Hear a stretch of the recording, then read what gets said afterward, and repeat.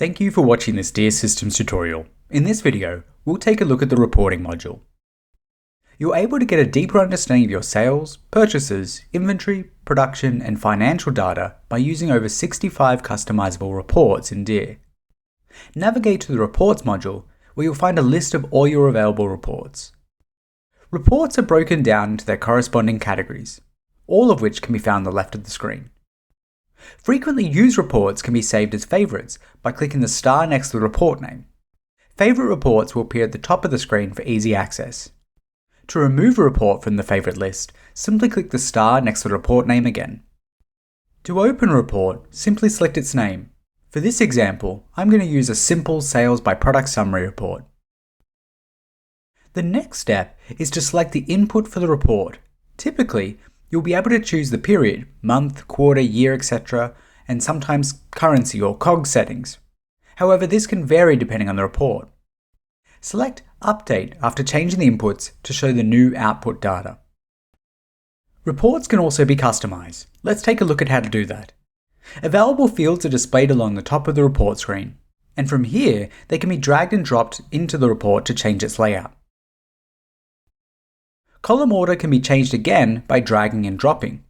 The report will then automatically adjust the column data to match the change.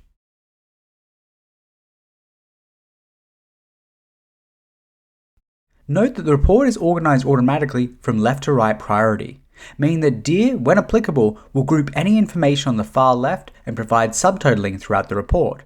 To demonstrate this, look at what occurs when I move the sales representative field in front of the SKU field.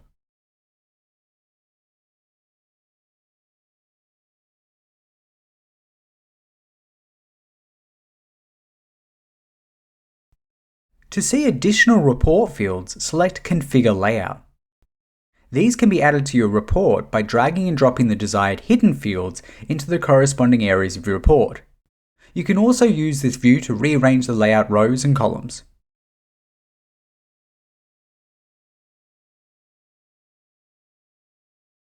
Selecting Update will apply your changes. You can also see an explanation of what each layout field refers to by selecting the Field Specifications option.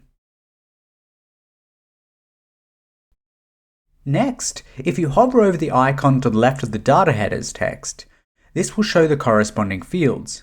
These are the data fields you can see on the right-hand side of the report. Data headers display data that has been calculated during report generation. This usually refers to totals or other calculated financial information. They can only be dropped into the data headers section. From here, they can be rearranged by dragging and dropping. Note that data headers cannot be filtered. When you're happy with your layout, remember to select Save Layout As. This will enable you to use your customized layout in the future.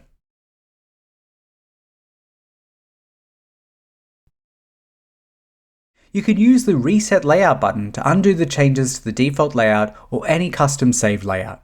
Note that you cannot save over the default report layout. You can search the report by entering your text into the search box here. Note that data headers cannot be searched.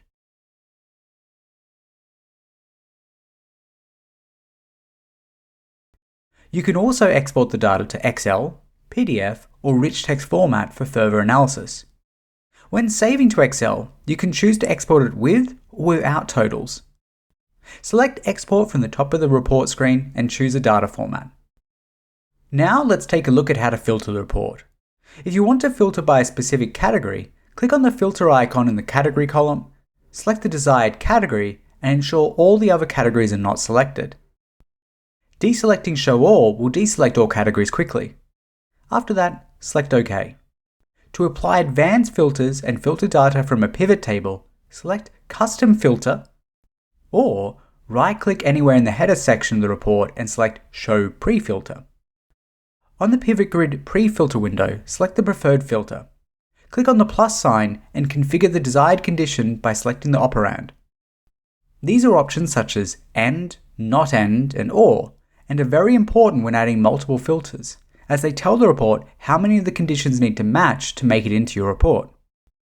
Then select the data source field, for example, the category or brand from the list. Then select the criteria operator. greater than, less than, equal to, begins with are all examples of available criteria operators. Select the value. You can click on the plus sign as many times as needed to apply all the different conditions to your report. Once done, select OK to apply.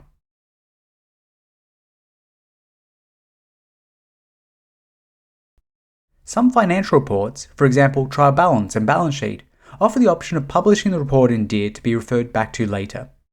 This option, if available, is shown at the top of the report screen.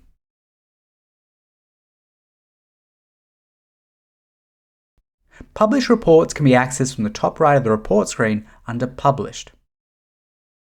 Reports that have been saved but not published will appear in the Draft tab. To remove the report from the Published tab but still save it, enter the report, then select Archive to move it to the Archive tab.